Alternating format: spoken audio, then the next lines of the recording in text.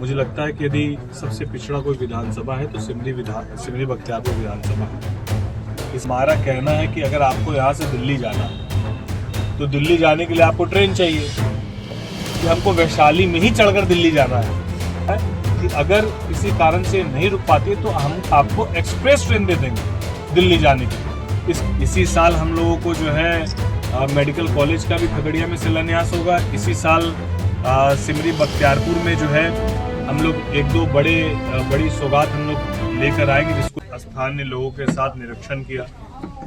उसके अलावा हम लोग झारा पंचायत गए थे, जहां पर रोड की बहुत दयनीय स्थिति, लगभग 12-12.5 किलोमीटर जो सड़क है वो बिल्कुल चलने योग्य नहीं है और माताओं की जो पीड़ा है वो सुनने को मिली। अभी तक केवल सुना था कि वहाँ की सड़कें खराब है, आज महसूस करके और उनकी पीड़ा को अपनी आंखों देखकर मैं स्पष्ट रूप से कह सकता हूँ कि उनकी पीड़ा को इतने लंबे समय तक जो उन्होंने संघर्ष झेला है, क्यों नहीं स्थानीय जनप्रतिनिधियों ने इस पर पहल किया, ये चिंता का विषय है। लेकिन शिकायत से परे मैंने उनको ये आश्वस्त किया कि आगामी 2 से 3 महीना के अंदर हम लोग उसके स्वीकृति को कराकर और उसके रोड के निर्माण के कार्य को यथाशीघ्र शुरू कराएंगे। इसके अलावा वहाँ एक पुल के भी निर्माण की बात थी, विद्यालय के भी निर्माण की बात थी, लेकिन प्राथमिकता में पहले सड़क वहाँ हम लोग कराएंगे, फिर आगे के विषयों को भी हम लोग करेंगे। सिमरी बख्तियारपुर बाकी सभी विधानसभाओं में मुझे लगता है कि यदि सबसे पिछड़ा कोई विधानसभा है तो सिमरी बख्तियारपुर विधानसभा है।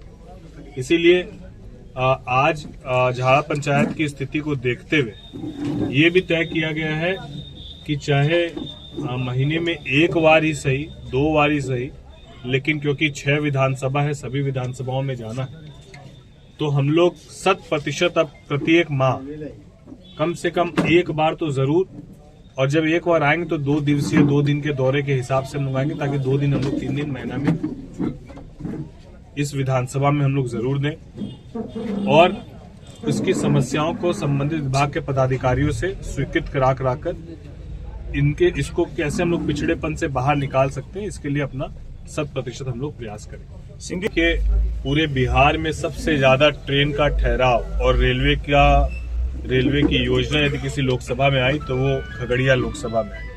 लगभग 1.5 दर्जन के आसपास ट्रेन का ठहराव हम लोगों ने सुनिश्चित कराया।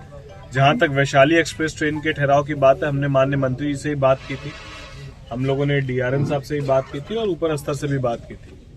तो वहां पर ये विषय एक निकल कर आया कि जो यहाँ सिमरी बख्तियारपुर से पहले जो ट्रेन का ठहराव है, तो जो दूरी है वो बहुत कम होने के कारण यहाँ ठहराव नहीं हो पा रहा है, तो उसका वैकल्पिक व्यवस्था उसकी ये की जाएगी, एक सुपर फास्ट एक्सप्रेस जो हम लोग को वैशाली से उम्मीद है कि भैया हम लोग यहाँ से वैशाली की ट्रेन से अपने गंतव्य स्थान तक पहुंचेंगे, उस जगह के लिए हम लोग एक्सप्रेस ट्रेन दूसरी, वैशाली अगर नहीं ठहराव होगा तो वैशाली के जैसे ही एक्सप्रेस ट्रेन का ठहराव हम लोग यहाँ सुनिश्चित कराएंगे, ताकि लोगों को आवागमन में दिक्कत मिले। सर, हमारा कहना है कि अगर आपको यहाँ से दिल्ली जाना है तो दिल्ली जाने के लिए आपको ट्रेन चाहिए, ट्रेन की व्यवस्था हम सुनिश्चित करा के आपको देंगे, जो समय आपको चाहिए उस समय के आसपास देंगे।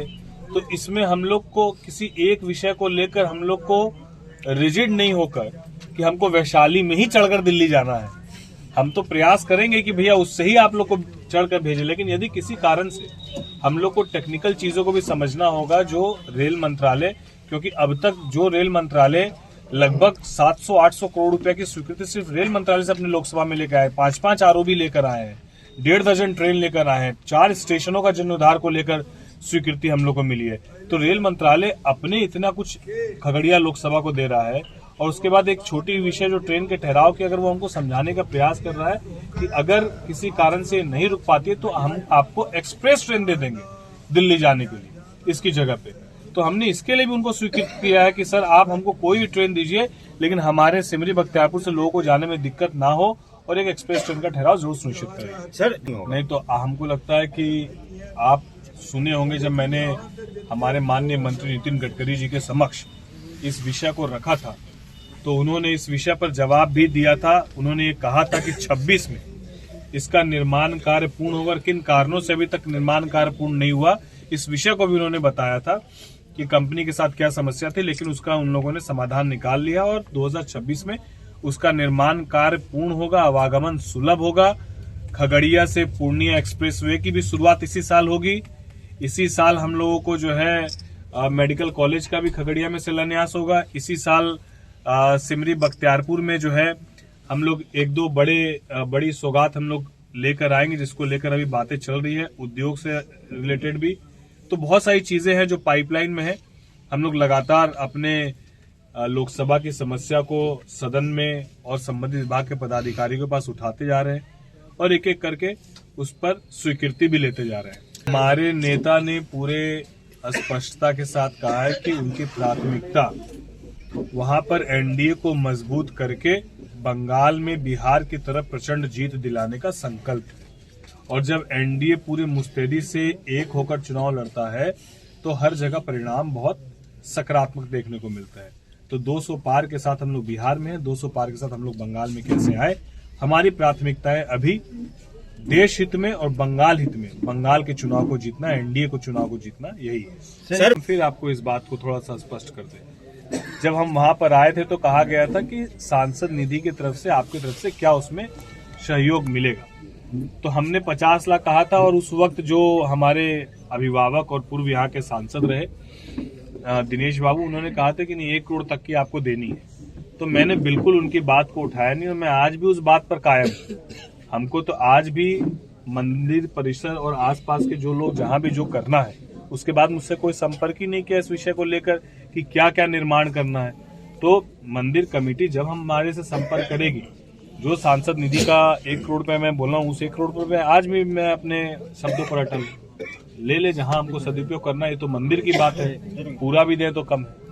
नहीं, मुझे लगता है कि सिमरी बख्तियारपुर में जरूर कम समय गया है, लेकिन अभी तक में 127 दिन मैं अपनी लोकसभा में हूं और इसके अलावा लगभग कमेटी मीटिंग और बाकी चीजें। तो मुझे लगता है कि 127 दिन जो मैं आपको बता रहा हूं, तो कमोबेश मैं हर महीना में 10 दिन, 15 दिन, 20 दिन अपनी लोकसभा में हूं। तो इससे ज्यादा अब ये कैसे अब इससे ज्यादा समय निकाला जाए एक सांसद के बतौर, ये थोड़ा जरूर कठिन है। और जहां तक बात रही कि प्रचार प्रसार की, तो ये नहीं करते तो 6 में 5 विधायक हमारे महागठबंधन के थे। हम लोग अगर मेहनत नहीं करते सब लोग, तो आज 6 के 6 विधायक एनडीए के हैं। तो इससे एक सामंजस्य ये स्थापित होता है कि पहले भी हम लोग ये प्रयास करते थे कि सांसद, विधायक, बिहार सरकार, केंद्र सरकार साथ मिलकर जब काम करेगी तो ज्यादा से ज्यादा योजनाओं का लाभ धरातल पर उतरेगा। उसी प्रयास का ये नतीजा है। और जितना समय क्षेत्र में देना है उतना ही समय आप अगर पदाधिकारी के साथ, मंत्री के साथ पार्लियामेंट में आवाज नहीं उठाएंगे तो सिर्फ जन्मदिन में और विवाह में और हम लोग हमारे कोई अभिभावक के यहाँ घटना दुर्घटना होगी तो उसमें नजर आएंगे, लेकिन क्षेत्र में काम नजर नहीं आएगा। तो यदि विगत 1.5 सालों में लगभग हम लोग 7-8 हजार करोड़, 4,000 करोड़ की तो सिर्फ एक सड़क है जो पूर्णिया और खगड़िया पूर्णिया एक्सप्रेसवे है। पिछले बार लगभग 2,500 करोड़ की हमने बाकायदा पेपर में हमने प्रेस कॉन्फ्रेंस करके हमने पूरा अपना ब्यौरा खुद दिया था। और जब 2 साल जून में पूरा होगा तो फिर मैं बताऊंगा आपको कि 2 साल में मैंने क्या क्या किया। तो अगर हम लोग अपने समस्या के समाधान के लिए सांसद को चुने हैं तो स्वाभाविक सी बात है उसको कुछ समय पटना भी देना होगा, दिल्ली भी देना होगा, पार्लियामेंट में भी देना होगा और एनडीए को भी देना होगा। अब तो विधायक आपके एनडीए के यहाँ पर जीत कर आए हैं। हम आपको अभी खुद ही प्रेस कॉन्फ्रेंस शुरू होने के पहले कहे कि यहाँ की जो समस्याएं हम देखकर गाँव की आए हैं, पहले भी गए थे, लेकिन आज की स्थिति देखने के बाद मैं स्वयं आपको इस बात को कहूँ कि कम से कम 2 दिन महीने में तो हम लोग जरूर सिमरी बख्तियारपुर विधानसभा में देने का काम करेंगे। मैं स्वयं आपको कह रहा हूँ, ये आपके बोलने के पहले। Thanks sir.